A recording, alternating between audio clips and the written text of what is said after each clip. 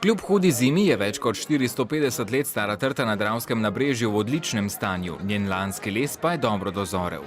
Če se bo takšno vreme nadaljevalo, če seveda ne bo kakšne spomladanske pozebe, da jo bomo lahko spremljali v vsem razcvetu, tako kot vsako leto. Kot vsako leto pa so tudi letos cepiče stare trte razdelili med obiskovalce.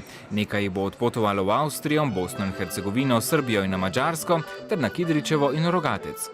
Sinergijo, ki jo imamo v tem mestu, želimo širiti in potomke naše najstarejše trte so na vseh kontinentih sveta. Na modro kavčino so ponosne tudi slovenske vinske kraljice. Po njihovem mnenju ta spodbuja preudarno pitje vina. Mislim, da se kultura pitja vina na našem delu, ne samo na našem, ampak v celotni Sloveniji izboljšuje. Otroci se seznanjajo s tem že v osnovnih šolah.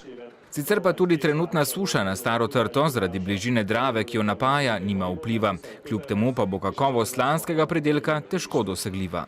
Letos pa upamo, da se bo izkazalo nekje v enem kompromisu med količino in kakovostjo. Iz grozdja stare trte običajno vsako leto pridelajo okoli 25 litrov vina. Polnijo ga v posebne stekleničke, te pa mariborska mestna občina uporablja za protokolarne namene.